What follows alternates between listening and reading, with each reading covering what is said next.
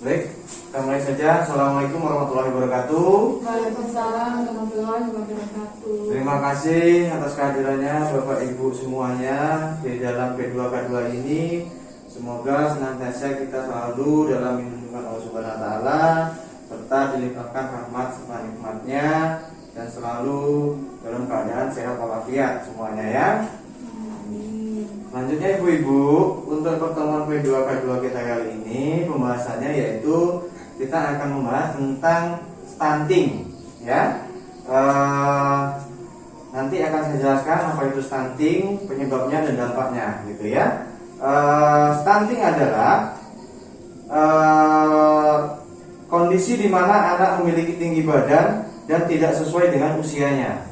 Jadi itu maksudnya anak yang misalnya usianya 8 tahun, yang misalnya tingginya dia 115, anak-anak stunting biasanya dia tidak sampai 115 gitu ya. Itu termasuk salah satu contoh apa itu anak stunting. Dan stunting sering terjadi pada periode 1000 hari pertama kehidupan atau 1000 HPK. Periode emas pertumbuhan dan perkembangan yang dimulai semenjak terbentuknya janin hingga anak berusia 2 tahun. Begitu. Selanjutnya penyebab stunting. Perkembangan anak tentunya menjadi prioritas utama sebagai orang tua, termasuk mencegah anak menjadi stunting. Penyebab stunting didapat secara langsung dan tidak langsung. Penyebab langsung stunting kurangnya asupan gizi pada anak yang dapat dilihat dengan cara memantau status pertumbuhan perkembangan anak di layanan posyandu. Selain itu, penyakit berulang seperti diare, infeksi, saluran pernafasan dan cacingan hingga menjadi penyebab langsung terjadinya stunting pada anak. Anak stunting disebabkan oleh beberapa hal, yaitu kurang gizi. Selanjutnya kurang imunisasi, lalu tidak cuci tangan dengan air yang mengalir dan sabun, lalu tidak BAB di jamban sehat atau jambannya itu masih, kalau di tempat kita mungkin masih banyak yang dia langsung tidak tertutup atapnya gitu ya. Terus tidak melakukan stimulasi rangsangan terhadap anak dan tidak datang ke posyandu dalam layanan kesehatan. Jadi pentingnya layanan posyandu, kita dapat memantau kesehatan anak kita. Lalu dampak stunting. Dampak stunting merupakan ancaman utama terhadap kualitas manusia Indonesia. Jadi ancaman terhadap kemampuan daya saing bangsa. Hal ini dikarenakan anak stunting bukan hanya terganggu pertumbuhan fisiknya atau bertumbuh pendek saja, melainkan juga terganggu perkembangan otaknya, yang mana tentu akan sangat terpengaruhi kemampuan dan prestasinya di sekolah, produktivitas dan kreativitasnya, dan di usia produktif. Secara global, stunting berkontribusi terhadap 15-17% di seluruh kematian anak.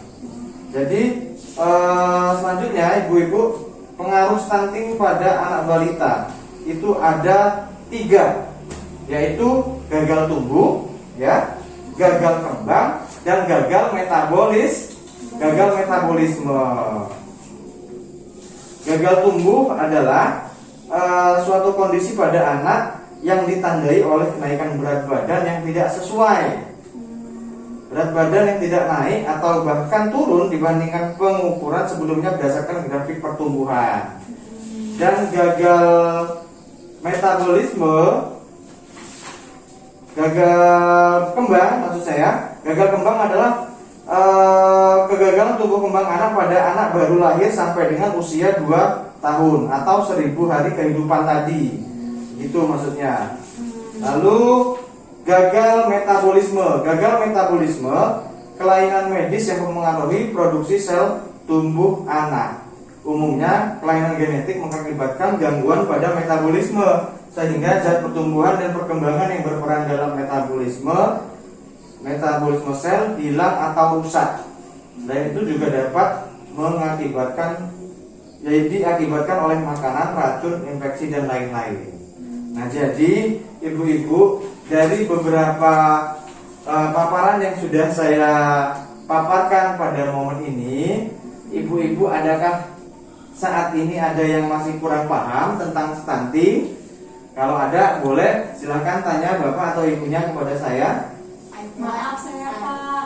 Oh iya Bu, bagaimana Bu? Saya masih bingung Pak tentang stunting tadi itu apa ya Pak ya? Bisa dijelaskan lagi Pak?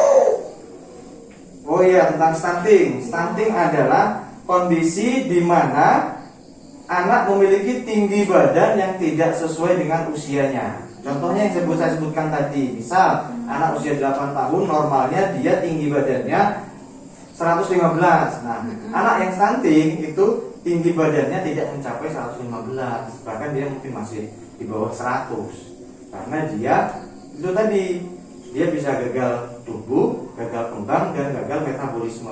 Seperti itu. Ibu ya? Ya. Paham ya? Ya, saya masih pengen tanya lagi boleh Pak? Ya, gimana Bu? Nah, jadi stunting itu bisa dicegah ya Pak ya? Stunting bisa dicegah. Bisa dicegah dari 1000 hari pertama kehidupan. Artinya di sini di saat ibu mulai mengandung, ibu hamil itu mencegahnya melalui dengan hidup yang bersih, dengan makanan yang bergizi, datang ke posyandu. Jadi ibu-ibu bisa tahu perkembangan anak-anaknya yang di dalam janin nanti, atau calon anak yang dalam janin sampai dengan usia 2 tahun. Jadi seperti itu. Bukan hanya ibu, bapaknya juga harus paham akan kondisi ibu hamil. Begitu ya Bu ya. Jadi saat posyandu tidak ada salahnya bapaknya juga diajak. Gitu. Baik. Paham ya Bu ya, Pak ya? Baik. Oke, kalau begitu untuk momen ini kita sudahi. Dari sini saya akhiri. Mudah-mudahan ini bisa jadi pelajaran yang baik buat kita semua. Amin. Dari sini saya akhiri. Wassalamualaikum warahmatullahi wabarakatuh. Waalaikumsalam warahmatullahi wabarakatuh.